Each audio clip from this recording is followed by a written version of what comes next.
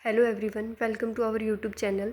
जैसा कि आप देख रहे हैं, आज से हम स्टार्ट कर रहे हैं एनसीईआरटी सीरीज़। 11th और 12th क्लास की एनसीईआरटी केमिस्ट्री है, जो आप एनसीईआरटी केमिस्ट्री है उसको कंप्लीट हम कंसेप्ट वाइज कंप्लीट देखेंगे, ठीक है। और आपको साथ में क्या है, फ्री नोट्स भी मिलेंगे।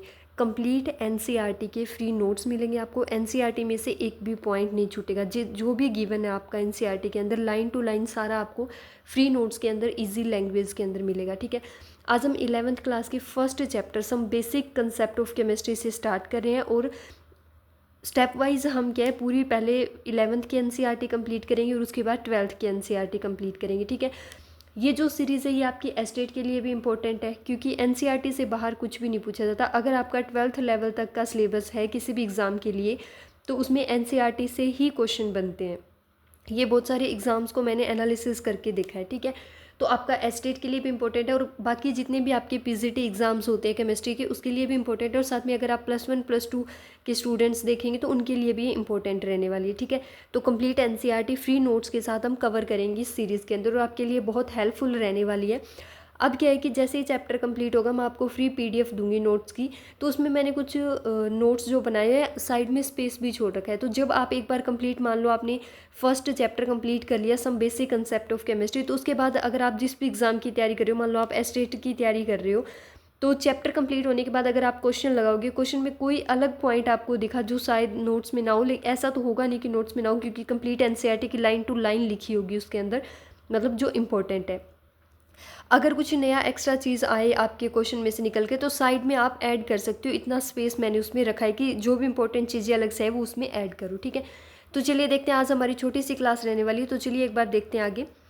तो ये मैंने नोट्स बनाए। वैसे मेरी हैंडराइटिंग इतनी अच्छी नहीं है, लेकिन आपको समझ आ जाएगा, मुझे ऐसी उम्मीद है। इतनी अच्छी हैंडराइटिंग तो मेरी नहीं है। तो चलिए स्टार्ट करते हैं। Some basic concept of chemistry हमारा फर्स्ट चैप्टर है 11th क्लास का, ठीक है। तो सबसे पहले केमिस्ट्री क्या होता है। जो केमिस्ट्री है वो आपकी क्या है, कोई भी मैटर समझते हो ना। मैटर की डेफिनेशन तो बहुत रट रखी होगी आपने 9th क्लास से ही, कि जो भी मैटर उसकी हम स्ट्रक्चर, प्रॉपर्टी और कॉम्पोजिशन को डिस्कस करते हैं किसके अंदर, केमिस्ट्री के अंदर। मैटर क्या है, मैटर कोई भी चीज़ हमारे आसपास जो कि स्पेस ऑक्यूपाई करती है और उसका कुछ ना कुछ मास है। जैसे फॉर एग्जांपल मी, कि हम खुद, मैं, ठीक है, हम भी क्या है, मैटर के अंदर आते हैं, क्योंकि हमारा मास है और हम स्पेस ऑक्यूपाई करते हैं। जैसे पेन है, चेयर, एयर, कोई भी चीज़ जो स्पेस ऑक्यूपाई करेगी, जैसे आपने उसको रखा तो उसने जगह घेर ली और उसका कुछ ना कुछ मास हो, वो सारा क्या है, मैटर के अंदर इंक्लूड होता है। हैंडराइटिंग भाई थोड़ी सी मेरी इतनी अच्छी नहीं है, लेकिन समझ आ जाएगा आपको, ठीक है। आगे देखते हैं। अब आपको मैटर के अंदर क्या होता है, एटम्स और मोलिक्यूल होते हैं, ठीक है। अब बात करेंगे स्टेट ऑफ मैटर की। ये कुछ बेसिक चीज़ें लिखवाई है एक बार मैंने इसके अंदर। State of matter mainly 3 state के अंदर एग्जिस्ट करता है आपका, सॉलिड, लिक्विड और गैस, ठीक है। तो सॉलिड क्या होता है, डेफिनेट वॉल्यूम और शेप होती है, ये तो आपने बहुत पढ़ रखे होंगे। लिक्विड की क्या होती है, वॉल्यूम डेफिनेट होता है लेकिन शेप डेफिनेट नहीं होती, क्योंकि लिक्विड को आप जिस भी वेसल के अंदर रखोगे वो उसी की शेप ले लेता है, ठीक है। ये मैंने आप आगे लिख भी रखा है कि जिस भी कंटेनर के अंदर आप उसको रखोगे उसी की शेप ले लेता है। जैसे आपके पास वाटर है, जग में रखा, जग की शेप ले ली। उसको अगर आपने कोई बावल, मतलब कोई कौली के अंदर रखा, उसने वो शेप ले ली। अगर बड़ी थाली के अंदर रखा वो शेप ले लेगा, ठीक है। कप के अंदर रखा वो कप की शेप ले लेता है। गैस क्या है, उसका ना तो डेफिनेट वॉल्यूम होता है और ना ही शेप होती है। जिस भी कंटेनर के अंदर आप गैस को फिल करोगे वो उसको पूरा फिल कर देगी, मतलब पूरे कंटेनर को क्या है, फिल कर देती है, ठीक है। सेकंड क्या है, जो आपके सॉलिड होते हैं उसका जो पार्टिकल्स है वो क्या है, ऑर्डरली अरेंज्ड होते हैं और बहुत क्लोज होते हैं। जैसे फॉर एग्जांपल मान लो आपका पेन है, पेन क्या है, सॉलिड है, तो इसके पार्टिकल्स क्या है, बहुत टाइटली एक दूसरे से अटैच होते हैं, ठीक है, स्ट्रॉन्ग फोर्स से। लेकिन जो लिक्विड होता है उसके पार्टिकल क्लोज होते हैं, बट इतनी ज़्यादा क्लोज नहीं होते, वो फ्रीली मूव कर सकते हैं। जैसे आपका वाटर नीचे गिरा तो वो थोड़ी दूर में मूव करेगा, ठीक है। और गैस के पार्टिकल तो ऐसे रैंडमली मूव करते हैं, ठीक है। इसके बाद क्या होता है, इनके अंदर वही सॉलिड के अंदर फ्री मूवमेंट नहीं होती, इनके अंदर मूव करता है और यहाँ तो रैंडमली मूवमेंट होती है, ठीक है। फिर सॉलिड को कंप्रेस नहीं कर सकते, लिक्विड को कुछ कंप्रेस कर सकते हैं, लेकिन गैस को तो हाईली कंप्रेसिबल होती है, गैस को तो हाईली कंप्रेस कर सकते हैं। ये कुछ बेसिक्स थे आपके, ये आपको पता ही होंगे क्योंकि 9th क्लास से आप पढ़ते आ रहे हो, ठीक है। उसके बाद क्या है, हम तीनों स्टेट को एक दूसरे के अंदर इंटरचेंज कर सकते हैं। सॉलिड को लिक्विड में कन्वर्ट कर सकते हैं, लिक्विड को गैस में, गैस को सॉलिड में भी कर सकते हैं, गैस को लिक्विड में भी कर सकते हैं, ठीक है।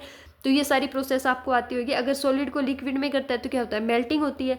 लिक्विड को गैस में करेंगे तो क्या, इवेपोरेशन होएगी।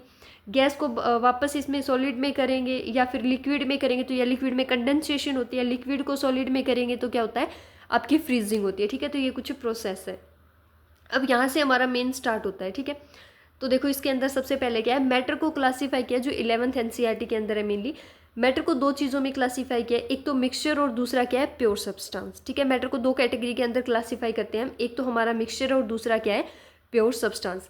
मिक्सचर क्या होता है, जो कंटेन करता है दो या दो से ज़्यादा सब्सटेंस इन एनी रेशियो, मतलब कोई भी रेशियो के अंदर दो या दो से ज़्यादा सब्सटेंस को मिक्स कर देते हैं तो उसे क्या बोलते हैं, मिक्सचर बोलते हैं। ठीक है, जैसे फॉर एग्जांपल हमारा लेमन वाटर है, नींबू पानी है। ठीक है, उसके अंदर लेमन वाटर के अंदर क्या है, एक तो हमारा लेमन नींबू ही है, प्लस में उसके अंदर वाटर है, प्लस शुगर भी ऐड करते हैं, प्लस में नमक, मतलब नमक भी ऐड करते हैं, उसके अंदर सॉल्ट भी ऐड करते हैं। ठीक है, तो ये क्या है, हमने सारी चीज़ें ऐड करती है और इनका कोई फिक्स रेशियो नहीं होता। ठीक है, अब किसी को मान लो हमने लेमन वाटर बनाया, नींबू पानी बनाया, तो कई घरों में क्या होता है, जैसे हम फॉर एग्जांपल घर का एग्जांपल है, तो कई घरों में नींबू ज़्यादा रखते हैं।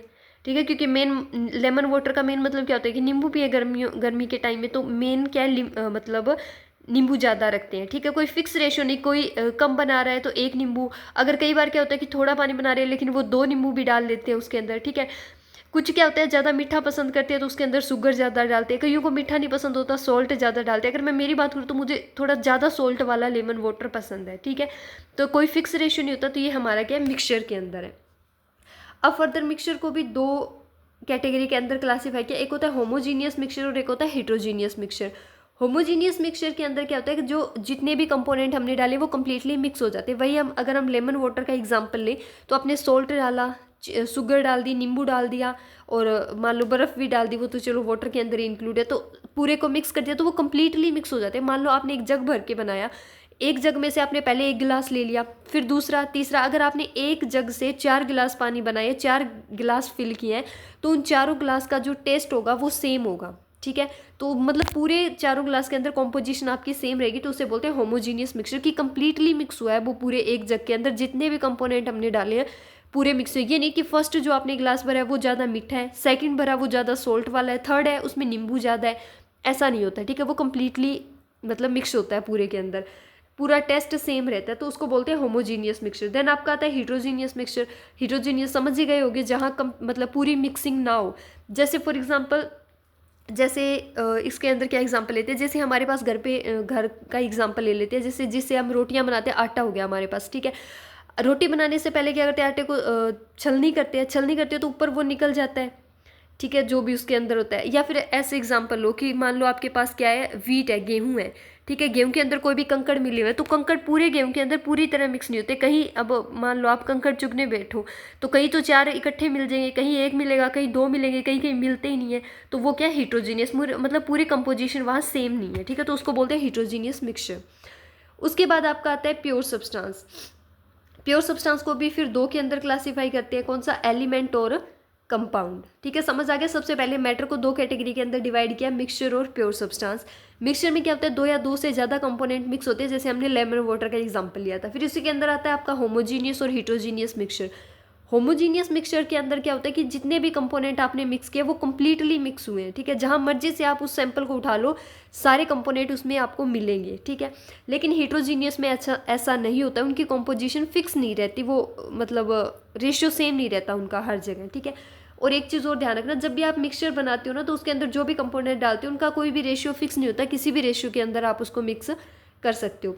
फिर आपका आता है प्योर सब्सटेंस। प्योर सब्सटेंस के अंदर वही आपके एलिमेंट और कंपाउंड। अब आगे देखते हैं,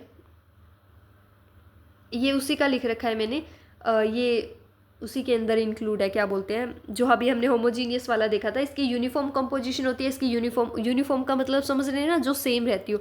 एग्जाम्पल ग्रेन और पल्सेस का, सोल्ट या शुगर का एग्जाम्पल हो गया। ठीक है, यहाँ शुगर सॉल्यूशन, एयर का एग्जाम्पल हुआ ये। अब क्या है, जो मिक्सचर है ना, मिक्सचर को हम क्या सेपरेट कर सकते हैं यूजिंग फिजिकल मेथड। कोई भी फिजिकल मेथड यूज़ करके मिक्सचर को हम अलग कर सकते हैं। भाई जो भी कंपोनेंट मिक्स करके हमने मिक्सचर बनाए थे उसको दोबारा अलग हम कर सकते हैं। ठीक है, फिजिकल जैसे हैंड पिकिंग हो गया, फिल्ट्रेशन हो गया, इन मेथड से उनको अलग कर सकते हैं। अब बात आती है प्योर सब्सटेंस की। प्योर सब्सटेंस दो के अंदर डिवाइड था हमारा, एलिमेंट और कंपोनेंट के अंदर। तो सबसे पहले प्योर सब्सटेंस देखते हैं। एक तो इनकी फिक्स्ड कंपोजिशन होती है। मिक्सचर के अंदर हमने क्या देखा था कि कोई भी रेशियो के अंदर मिक्स कर दिया, लेकिन यहाँ अगर मिक्स करेंगे तो उनकी जो भी कंपोजिशन है वो फिक्स रहेगी, फिक्स रेशियो के अंदर मिक्स करेंगे। और इनको क्या है, सिंपल फिजिकल मेथड से अलग नहीं कर सकते, केमिकल मेथड से अलग कर सकते हैं प्योर सब्सटेंस को। ठीक है, अब इनको दो कैटेगरी के अंदर डिवाइड किया था हमने, एलिमेंट के अंदर क्या होता है, सिर्फ आपका एक ही टाइप का पार्टिकल होता है, जैसे एटम या मोलिक्यूल। जैसे देखो सोडियम है, कॉपर, हाइड्रोजन, ये अलग से भी लिख दिया, जैसे H2O2। अब ये क्या आपका एलिमेंट के अंदर आता है, क्योंकि H2 में दोनों हाइड्रोजन सेम है, O2 में दोनों ऑक्सीजन सेम है, और ये लिखा है कि सिर्फ एक ही टाइप का पार्टिकल होना चाहिए। वो एक टाइप के कितने हो सकते हैं, जैसे सल्फर 8, ये भी आपका क्या है, एलिमेंट है, क्योंकि एक ही टाइप का, वो एक टाइप के जितने मर्जी हो लेकिन टाइप एक ही होना चाहिए, तो उसे बोलेंगे एलिमेंट। ठीक है। कंपाउंड में क्या होता है, 2 और मोर atom of different element combine, कि 2 या 2 से ज़्यादा अलग अलग एलिमेंट अब कंबाइन होंगे इसके अंदर। ठीक है। जैसे फॉर एग्जांपल वाटर है, H2O। ठीक है, इसके अंदर H2 अलग एलिमेंट है, ऑक्सीजन अलग एलिमेंट है। जब 2 या 2 से ज़्यादा एलिमेंट एलिमेंट क्या कंबाइन हो जाएंगे, तो वो आपका क्या बनाते हैं, कंपाउंड बनाते हैं। समझ आ गया।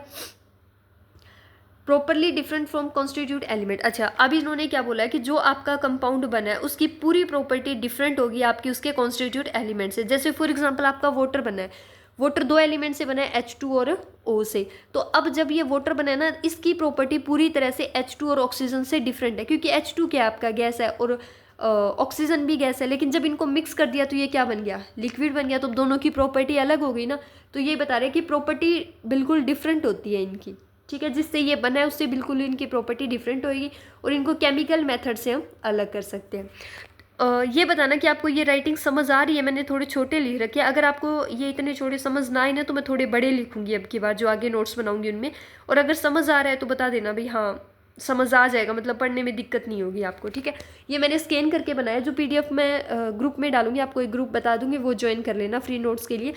वहाँ मैं बिना स्कैन डाल दूंगी। ठीक है, क्योंकि स्कैन में शायद थोड़ा और ब्लर हो गया। ठीक है, बिना स्कैन के डालूंगी तो अच्छे से समझ आएगा। राइटिंग भाई मेरी ऐसी है, अब क्या करूँ, इतनी अच्छी नहीं है। ठीक है। अब देखते हैं प्रॉपर्टी ऑफ मैटर। मैटर की प्रॉपर्टी क्या है, 2 टाइप की होती है, एक फिजिकल प्रॉपर्टी और एक आपकी क्या होती है, केमिकल प्रॉपर्टी। फिजिकल प्रॉपर्टी वो होती है कि मान लो आपका कोई भी ऑब्जर्व्ड विदाउट चेंजिंग आइडेंटिटी और कॉम्पोजिशन।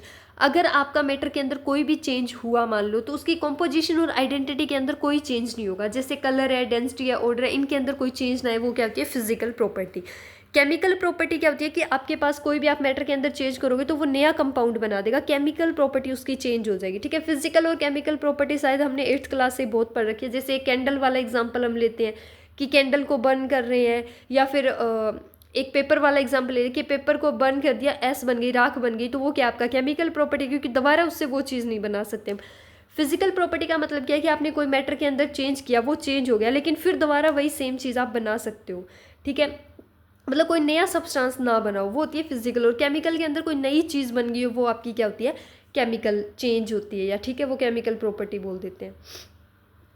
अब कुछ क्या है, उसके अंदर एक ऐसा यूनिट का टॉपिक है आपकी NCERT में दिया हुआ, वैसे एग्जाम में नहीं पूछे जाते, लेकिन फिर भी मैंने इंक्लूड कर दिया थोड़ा बहुत बेसिक अंडरस्टैंडिंग के लिए। ऐसा यूनिट क्या, हमारी 7 बेसिक यूनिट होती है। ठीक है, उस 7 बेसिक यूनिट कौन सी है, लेंथ जिसको मीटर में, ऐसा यूनिट लेंथ की क्या है, मीटर, मास की क्या है, किलोग्राम, टाइम की सेकंड, इलेक्ट्रिक करंट की एम्पियर, टेम्परेचर की केल्विन, ये अमाउंट की मोल, और ये इंटेंसिटी की कैंडला। ये थोड़ा यहाँ से फोटो साफ नहीं है, ये मैं PDF में साफ करके भेजूंगी आपको। ठीक है, ये कुछ ये कन्वर्ट करने के लिए दिखा रखा है कि अगर आपको डेसी में चेंज करना है, सेंटी में, मिली में, तो इनको मल्टीप्लाई करते हैं। ठीक है, ये तो आपको पता ही होगा। ठीक है, कोई खास वो नहीं है, इंपॉर्टेंट नहीं है। ठीक है, तो याद रखना 7 बेसिक यूनिट होती है हमारे पास, और इन्हीं से बाकी जो भी यूनिट होती है वो हम डिराइव करते हैं। जैसे वेलोसिटी, एक्सेलरेशन, इन सभी की जो भी यूनिट आती है वो इन्हीं से, वॉल्यूम हो गया, वो इन्हीं से डिराइव्ड होती है। बेसिक यूनिट हमारे पास आती है जिन्हें हम SI यूनिट बोलते हैं। ठीक है, नेक्स्ट देखते हैं। अब हमारे पास आता है कि मास और वेट क्या होता है। मास क्या होता है कि हमारे मैटर के अंदर कितना अमाउंट प्रेजेंट है, जो भी मैटर उसके अंदर कितना अमाउंट प्रेजेंट है, वो होता है मास। और वेट क्या होता है कि ग्रेविटी ने जो फोर्स लगाया वो क्या होता है, वेट होता है। मास आपका कांस्टेंट रहता है, वेट आपका क्या है, चेंज होता है। जैसे फॉर एग्जांपल अगर आपका वेट कितना है, 42 kg है मान लो, तो वो 42 क्या है, आपका मास है। ठीक है, बॉल वेट देती है, लेकिन 42 क्या है, आपका मास है। अगर आपको वेट निकालना हो, किसी भी चीज़ का वेट निकालना है, तो वो क्या होता है, जो भी आपका मास है उसको ग्रेविटी से मल्टीप्लाई कर देते हैं। अब अर्थ पे ग्रेविटी क्या है, 9.8 है।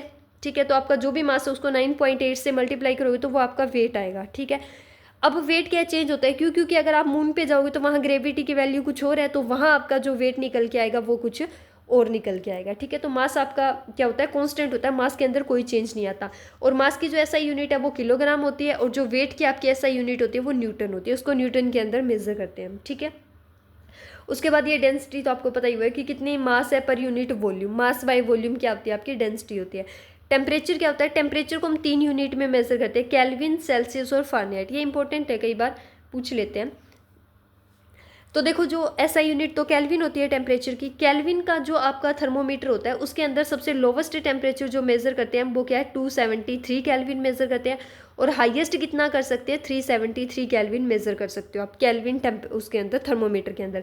वही अगर सेल्सियस थर्मोमीटर की बात करें तो आपका लोवेस्ट 0 डिग्री मेज़र कर सकता है और हाईएस्ट 100 डिग्री सेल्सियस।